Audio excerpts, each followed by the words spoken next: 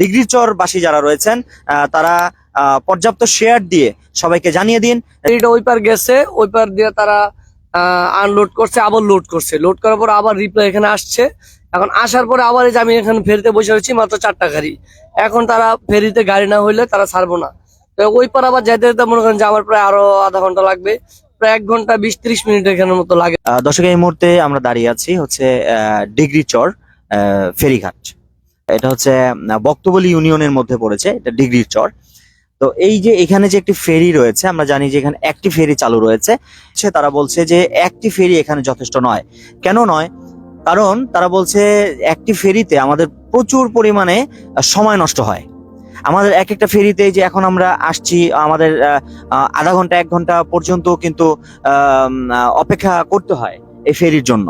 তো তারা বলছে যে এখানে যদি আরেকটি ফেরি চালু থাকে, নবীগঞ্জ গুদারাঘাটের মতো, একটা ফেরি যাচ্ছে আরেকটা ফেরি আসতেছে, এই যে টাইমের যে মানে মূল্যবান যে সময়গুলো জীবন থেকে হারিয়ে যাচ্ছে, তারা চাচ্ছে যে এখানে আরেকটি ফেরি যদি চালু হয় তাহলে আমাদের জন্য অনেকটা উপকার হয় এবং আমরা স্বাচ্ছন্দ্যে যাতায়াত করি, আমাদের অনেকটা সময় জীবন থেকে নষ্ট হবে না, সেটাই তারা জানাচ্ছিলেন। ডিগ্রিচর বাসী যারা রয়েছেন তারা পর্যাপ্ত শেয়ার দিয়ে সবাইকে জানিয়ে দিন যে আমরা এই দুর্ভোগ, এই জনদুর্ভোগের মধ্যে রয়েছে। আমরা যদি 2-1 জনের সাথে কথা বলতে চেষ্টা করি, তাহলে হয়তো আপনাদেরকে আরো কিছু তথ্য আমরা দিতে পারবো। আসসালামু আলাইকুম, ভালো আছেন? জি, আপনার নাম? আমার নাম সোহেল। সোহেল ভাই, যে আপনি যদি একটু আমাদেরকে বলেন। জি, আসলে এখানে সমস্যা রয়েছে যে ধরেন আমি 4টা বাজে এখানে আসছি মেডিসিন ডিসপাস করার জন্য, ওই পার যাবো ডিগ্রিচর বক্তবলী। ওইখানে আমার প্রচুর কাজ আছে, প্রায় 3 ঘন্টার কাজ। তো হইতেছে যে আমি এর জন্য আগে বের হয়েছি বাসা থেকে। এখন আমার এখানে 4টা বাজে আসছি, আসার 1 মিনিট সাথে দেখি ফেরিটা ছেড়ে দিছে। এখন এই ফেরিটা ওই পার গেছে, ওই পার দিয়ে তারা আনলোড করছে, আবার লোড করছে, লোড করার পর আবার রিপ্লাই এখানে আসছে। এখন আসার পরে আবার এই যে আমি এখানে ফেরিতে বসে রয়েছি, মাত্র 4টা গাড়ি। এখন তারা ফেরিতে গাড়ি না হইলে তারা ছাড়বো না। তো ওই পার আবার যেতে যেতে মনে করেন যে আমার প্রায় আরো আধা ঘন্টা লাগবে, প্রায় 1 ঘন্টা 20-30 মিনিট এখানের মতো লাগে। যদি আপনি একবার ফেরি মিস করেন তাহলে ওই ফেরি ওইখান থেকে আসার পর থেকে আবার রিপ্লাই আসে, আবার রিপ্লাই ভরে যেতে যেতে মিনিমাম 1 থেকে 1.5 ঘন্টা। তো 1.5 ঘন্টা যদি হয়ে থাকে, তো বিষয়টা হচ্ছে যে এই যে আমার যে কাজ, একটা জরুরি কাজ, এটা কিন্তু আমার টাইমিং করতে পারতাছি না। আর আপনি যেটা এখানে যে বলতেছে আরেকটা ফেরি দরকার, এটা আরেকটা ফেরি হলে ভালো হয় একদিক দিয়ে। কারণ যখন আপনি আরেকটা ফেরি এখানে শিফট করবেন, ওই ক্ষেত্রে দেখা গেল তারা অনেকে যে বিকল্প রাস্তা এখন ব্যবহার করতেছে, অনেকে করবে না।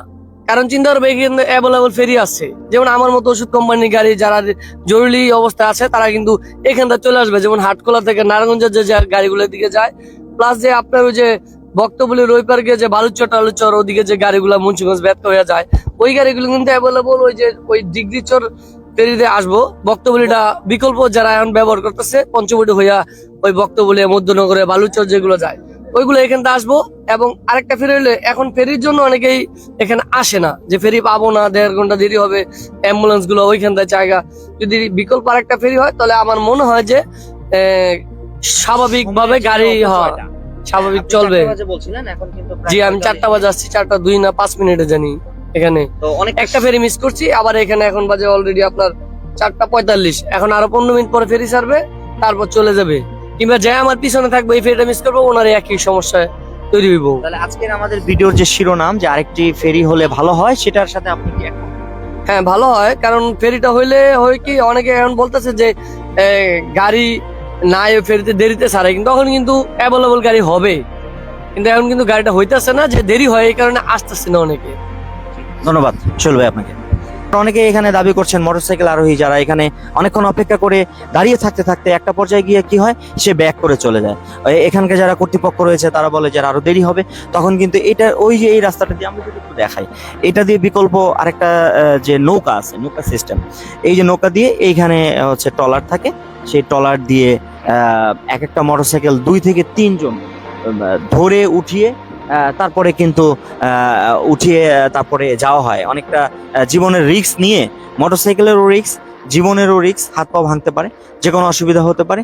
এই রিস্ক নিয়েই কিন্তু তারা এই ট্রলার দিয়ে তখন তারা পার হতে বাধ্য হয়। তো তারাও জানাচ্ছিলেন যে এখানে যদি ফেরিটা থাকে আমরা ওই দিক দিয়ে বেশি চলাচল করব, আমাদের দীর্ঘ পথ অতিক্রম করে আমাদের কিন্তু অন্য কোনো বিকল্প রাস্তা ব্যবহার করতে হবে না। তো আজকের লাইভ আমরা এখানেই শেষ করব। আবারও কোনো নতুন দুর্যোগ, নতুন কোনো জনসমস্যা নিয়ে হাজির হয়ে যাব। সে পর্যন্ত সকলে ভালো থাকুন, সুস্থ থাকুন এবং ZTV অনলাইন লাইভ চ্যানেলের সাথেই থাকুন।